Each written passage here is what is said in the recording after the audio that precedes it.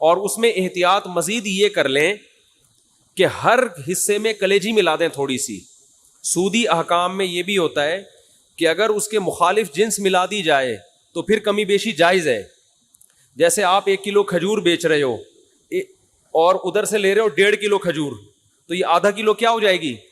حرام ہو جائے گی نا. لیکن اگر اس 1 کلو کھجور میں آپ کچھ اور ملا دیں, 2-4 سیب ملا دیں اس میں, آپ ادھر سے 1 کلو کھجور ہے اور 2 سیب ہو گئے, ادھر سے 1.5 کلو کھجور, تو یہ پھر سود نہیں ہوگا, یہ جائز ہوگا. اس لیے کہ وہ جو آدھا کلو کھجور ہے وہ ادھر سیب کے مقابلے میں ہو جائے گی. سمجھ میں آ رہی ہے بات؟ تو یہ بالکل جائز ہیلا ہے. تو قربانی کے گوشت میں اگر آپ نے تقسیم کی ٹینشن سے بچنا ہے تو 7 حصے کر کے ہر گوشت میں تھوڑی سی کلیجی ملا دیں. ہر کلیجی میں تھوڑا سا گوشت ملائیں, ہر گوشت میں تھوڑی سی کلیجی. جب شروع میں کلیجی کے 7 حصے کریں, کلیجی, پھیپڑے اور جو کچھ بھی ہوتا ہے, تو اس میں 1-1, 2-2 بوٹی گوشت کی ملا دیں. تو اس میں اگر کمی بیشی ہو گئی تو وہ جائز ہے. اور گوشت کے جب 60 ڈھیریاں بنائیں تو اس میں 2-2 بوٹیاں, 3-3 بوٹیاں کس کی ملاتے ہیں ہر ڈھیری میں؟ کلیجی کی. تو یہ سود سے بچنے کا ایک ہیلا ہے, تدبیر ہے. آج کل چونکہ فنٹر مارکیٹ میں بہت ہیں کلپ بنانے والے جن کو مسائل کی الف بے بھی نہیں پتا اور بیٹھ کے پھینکتے بہت ہیں. تو ہو سکتا ہے میرے اس کلپ پہ کہیں کہ کان ادھر سے پکڑو ادھر سے پکڑو, کیا ہے برابر ہے. تو یہ سود میں ڈالنے کے لیے انہوں نے ہیلا نکالا ہوا ہے. تو جو کوئی ایسا کلپ بنائے گا اس کی باتوں میں نہ آئے. ہیلوں کی 2 قسمیں, ایک ہیلا ہوتا ہے حلال حرام کو, ایک ہیلا ہوتا ہے حرام میں مبتلا ہونے کا ذریعہ, اور ایک ہوتا ہے حرام سے بچنے کا ہیلا.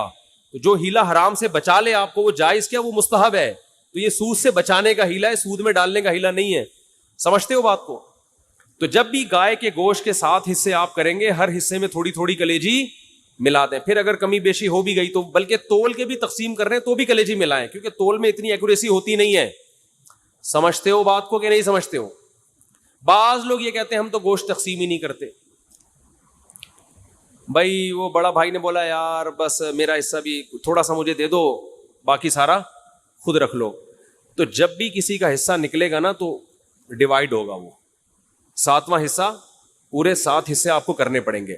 ہاں ایک صورت میں معافی ہے کہ ایک گائے پورے گھر میں استعمال ہو رہی ہے, سمجھتے ہو, اس کو ڈیوائیڈ کر ہی نہیں رہے آپ. بعض دفعہ گھر کے 7 افراد ہوتے ہیں,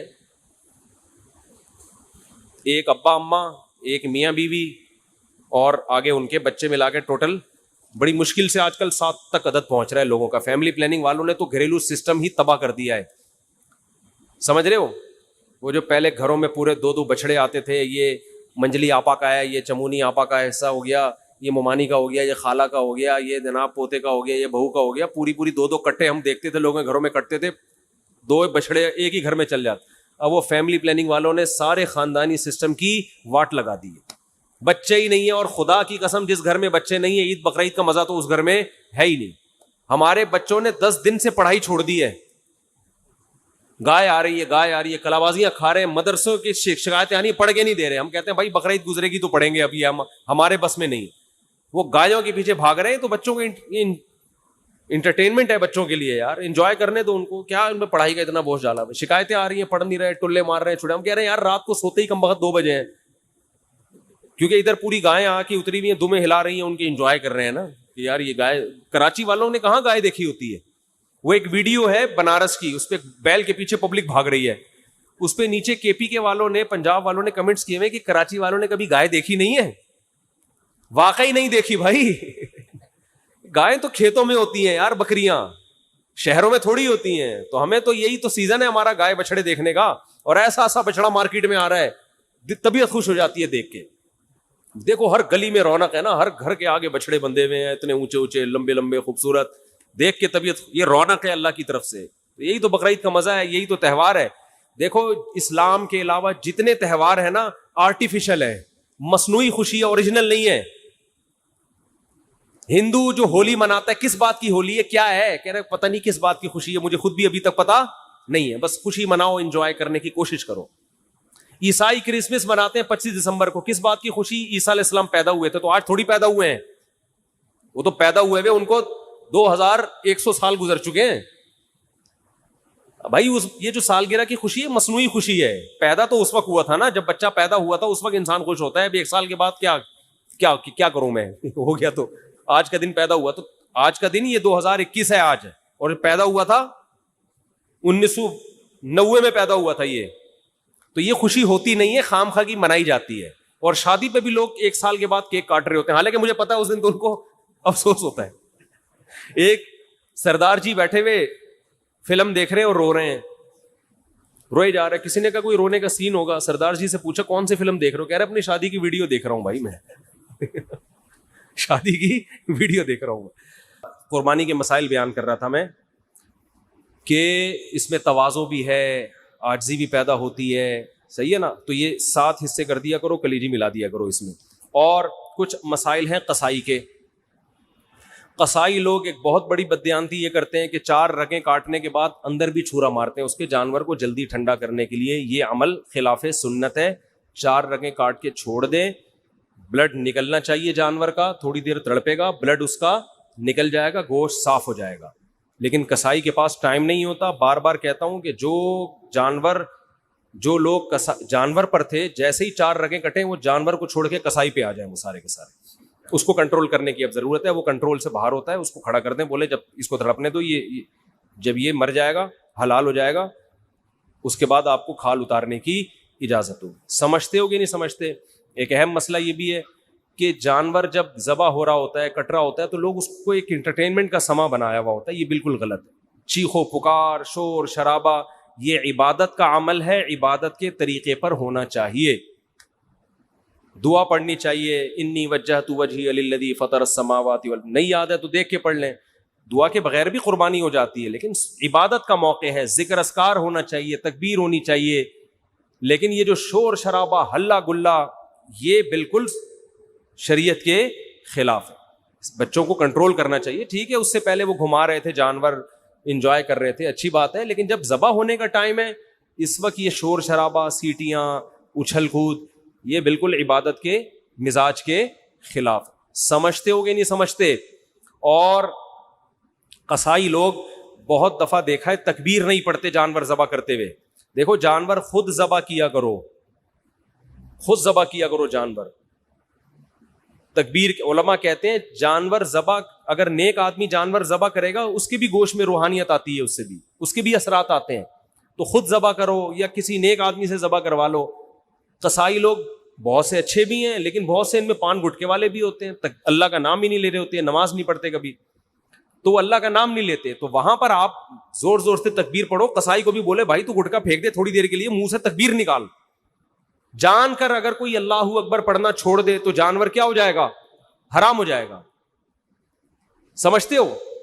تو اس کو بولو گٹکا پھینک, یہاں اللہ. مرغی ذبح کرنے والے بھی بہت دفعہ دیکھا ہے, نہیں ذبح کرتے چلے جا رہے ہیں. بھائی منہ سے زور سے بول اللہ اکبر, بسم اللہ اللہ اکبر. تو مرغیوں والوں کو بھی ذرا پابند کیا کرے اس کا. یہ ایک مسئلہ ہے. ایک اہم مسئلہ یہ ہے کہ قصائی لوگ جانور ذبح کرنے کے بعد, حصے لگانے کے بعد, پٹ کا گوشت نکال کے کیا کر دیتے ہیں الگ. اور اتنا گوشت وافر مقدار میں ہوتا ہے کہ لوگوں کو پتہ ہی نہیں چل رہا ہوتا کہ قصائی نے 6 مہینے کے لیے اپنی دکان میں بیچنے کے لیے گوشت اسٹاک کر لیا ہے. تو قصائی کو اس حرکت سے منع کریں, اسے بولیں یہ حصوں والا جانور ہے, سب کے حصے ہوں گے, آپ کو پیسے چاہیے زیادہ پیسے لے لو ہم سے. کھانا چاہیے کوئی بات نہیں, کلیجی پکے گی, جہاں سب کھائیں گے آپ بھی کھا لینا, گوشت کھا لینا ہمارے یہاں. یہ طریقہ غیر اخلاقی ہے. سمجھتے ہو کہ نہیں سمجھتے؟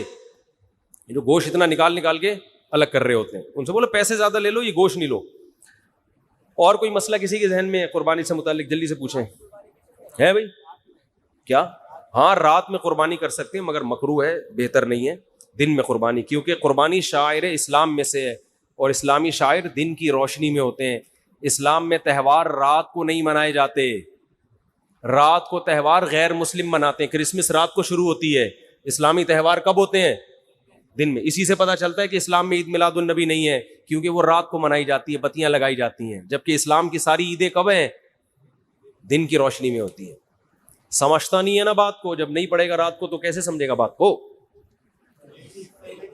کلیجی بھی حصے میں آتی ہے, 7 حصوں کی کلیجی کر دیں, تھوڑی سی بچا لیں آخر میں گوشت میں تقسیم کرنے کے لیے, اور 7 کلیجیوں میں تھوڑا تھوڑا گوشت ڈال دیں. تاکہ کلیجی بھی کمی بیشی ہو تو وہ گوشت کے مقابلے میں ہو جائے. ارشاد. مرحومین کا کئی مرحومین کا بھی ایک حصہ لے سکتے ہیں. نبی نے پوری امت کی طرف سے ایک حصہ کیا تو ایک مرحوم کی طرف سے بھی کر سکتے ہیں. اب علماء کا اس میں اختلاف ہے کہ آپ نے اگر ایک حصے میں سارے مرحومین کی نیت کر لی تو وہ گوشت وہ ثواب ڈیوائیڈ ہوگا یا نہیں ہوگا. بعض کہتے ہیں ڈیوائیڈ نہیں ہوگا بلکہ سب کو پورا پورا ثواب ملے گا. وہ اس کی مثال آگ کی دیتے ہیں کہ ایک آگ ہے, آپ جتنے بھی اس سے چراغ روشن کرو اس آگ میں کمی نہیں ہوتی. لیکن بعض علماء اس کے قائل ہیں اور یہ بھی مضبوط قول ہے کہ وہ ڈیوائیڈ ہو جائے گا. سمجھتے ہو وہ کیا ہو جائے گا؟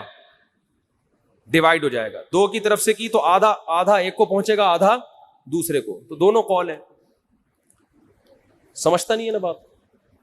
تو بہتر ہے کہ والدین میں سے ہر ایک کے لیے الگ, کسی کے والدین مرحوم ہے تو ایک ایک پورا پورا حصہ دونوں کی طرف سے ڈال لیں. ارشاد. کچھ کہہ رہے تھے آپ, پوچھ لیں, پھر سارا دن فون بجتا رہتا ہے, پوچھتے رہتے. پائے کا کیا, ابھی بتا رہا ہوں پائے کا کیا. پائے پکانے کا طریقہ بتاتا ہوں جی. ہاں, بعض غیر مسلم قصائی بن کے گھوم رہے ہوتے ہیں تو اس کا بھی خیال کریں. مسلمان ہونا چاہیے. ہندو کا ذبیحہ حلال نہیں ہے, اسی طرح مشرک کا ذبیحہ بھی حلال نہیں ہے. کوئی اپنے آپ کو مسلمان کہتا ہے لیکن ختم نبوت کا منکر ہے, یا رسول اللہ صلی اللہ علیہ وسلم کو صاف لفظوں میں حاضر ناظر مشکل کشا کہتا ہے بغیر کسی تعویل کے, تو چاہے دیوبندی ہو, چاہے اہل حدیث ہو, چاہے بریلوی ہو, وہ تو مشرک ہے نا.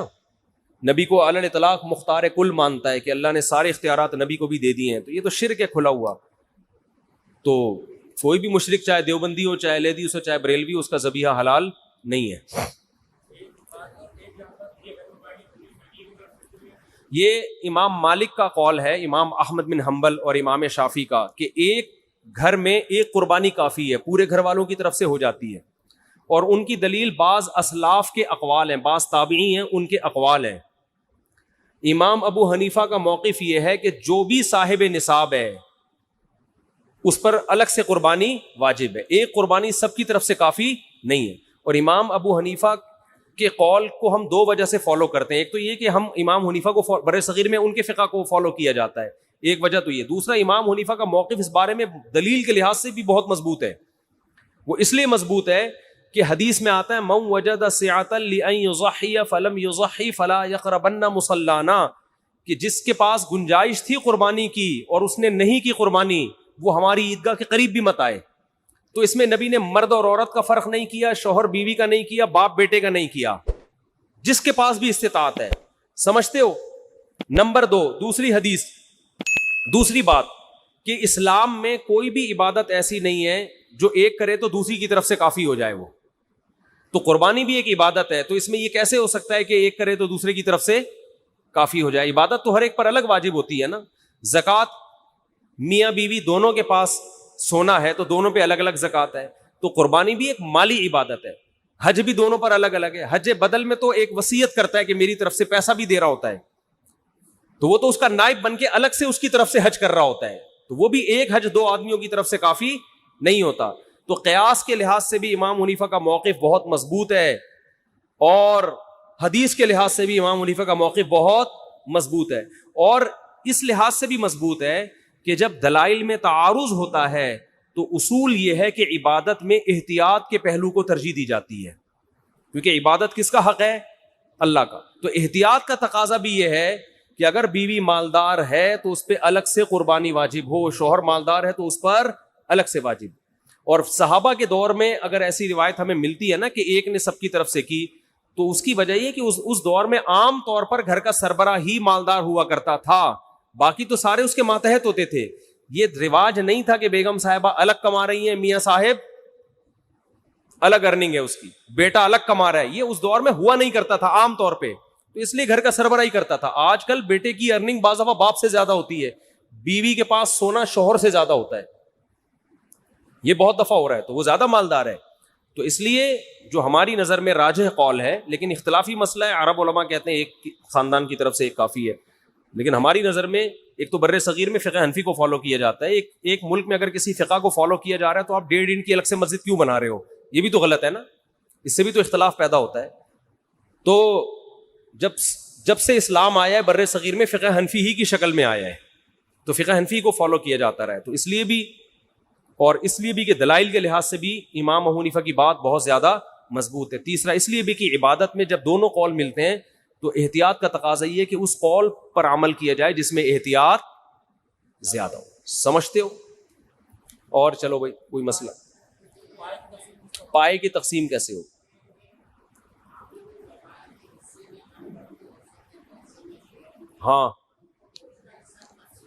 ہاں گوشت کا حصہ ہو تقسیم. البتہ ایک ہی گائے اگر ایک گھر میں ہے نا, ایک گھر میں پوری گائے ہے, ایک ہی فریج میں ہے, وہ تو تقسیم ہو ہی نہیں رہی نا. بھائی 7 بندے تھے, اٹھا کے ایک فریزر میں ڈال دیا پورا بچڑا, تو وہ پھر نکال کے سب کھاتے رہے. وہاں تو تقسیم کا عمل ہو ہی نہیں رہا ہے. جہاں تقسیم کا عمل ہوگا تو 7 حصوں میں ڈیوائڈ کرنا پڑے گا, ہر حصے میں کلیجی ملا دیں تاکہ سود کے مسائل سے اجتناب ہو, جس پر میں تفصیل سے بات کر چکا ہوں. اور جی سیری ضائع ہو جاتی ہے, نہیں ہونی چاہیے. اچھا ایک جی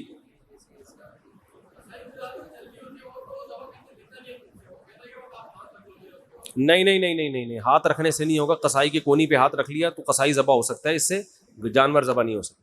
چھری پہ ہاتھ رکھ کے چلائیں. ہاں قصائی کو بولے تیرے پاس ٹائم نہیں ہے تو پھر آیا کیوں, ادھر بیٹھ آرام سے. میں نے بتایا نا گائے کو کنٹرول کرنا اتنا مشکل نہیں, قصائی کو کنٹرول کرنا زیادہ مشکل ہے.